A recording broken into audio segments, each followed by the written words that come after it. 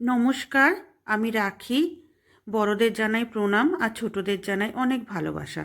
সকালবেলা ঘুম থেকে উঠে চোখটা খুলেই যখন নিচে গেলাম, দেখলাম গেটের মধ্যে রেখে গেছে দুধের প্যাকেটটা। তাই দুধের প্যাকেটটা একটু দেখিয়ে দিলাম। তার কারণ হচ্ছে এই দুধটা দিয়েই আমি ঘি বানাই, কান্ট্রি ডিলাইট। আর পিএল ঘোষ তার নিয়ম মাফিক রুটিন থেকে আজকেও কিন্তু বাদ দেয়নি।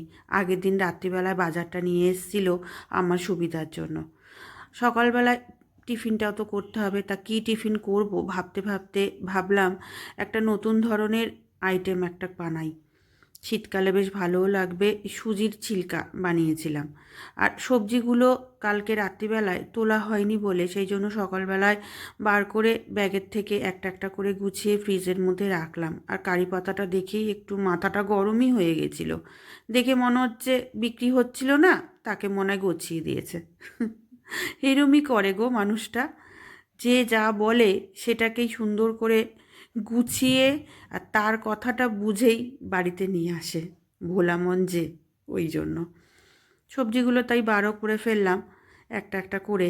শীতের সবজি তো যেন দেখেই মনটা জুড়িয়ে যায়, আর বেশ ফ্রেশ টাটকা। কিন্তু আগেকারের মতন এখনকার দিনের সবজিগুলো বড্ড বেশি দাম। মানে 100 টাকায় বা 200 টাকায় বাজার যেন ভর্তি হয় না। থলিটা বাজারের, তাও মনে হয় যেন কম কম। এই যে বেগুনটা, বেগুনটা নাকি 100 টাকা কিলো। আমি বললুম, বাবা দরকার নেই, তুমি একটাই নিয়ে এসো। বুঝে শুনে চলতে হবে, দিনকালের অবস্থা খুবই খারাপ, কমছে তো না, আরও যেন আকাশ ছোঁয়া দাম। তাই সবজিগুলো নাড়াচাড়া করছি আর ভাবছি যে আগে সবজির দাম শীতকালে কত কম ছিল, এখন যেন দাম বড্ড বেশি বেড়ে গেছে। আবার পরের দিন সকালবেলায় ছুটলো বাজার করতে। মাছ বাজারটা যে বাকি ছিল সেটাই আনতে গিয়েছিল। কিন্তু সঙ্গে দুটো থলি কিসের জন্য? একটু যেন অবাক হয়েই অনেকগুলো কথা জিজ্ঞেস করেও ফেললাম যে মাছের ব্যাগ তো একটা, কিন্তু আরেকটা কেন হবে? ওই যে সুযোগ পেয়েছে, অমনি বাজার থেকে মাসিদের থেকে নিয়ে এসছে। কিন্তু চাল কুমড়োটা দেখেই মনে হচ্ছে চাল কুমড়োটা তো কচি নয়।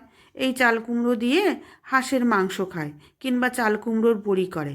থোড়টা মোটামুটি চলবে মনে হচ্ছে।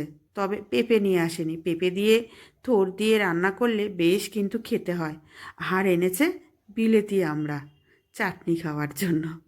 চাটনি খেতে বড্ড বেশি ভালোবাসে, তাই একবারের জন্য বা একদিনের জন্য মিস করে না এই চাটনি খাওয়ার সরঞ্জামগুলো আনার। আর ওই কারি পাতাটা দেখছি, আর মাঝে মাঝে মাথাটা যেন চিরবির করে উঠছে রেগে। আর কি বলবো বলো।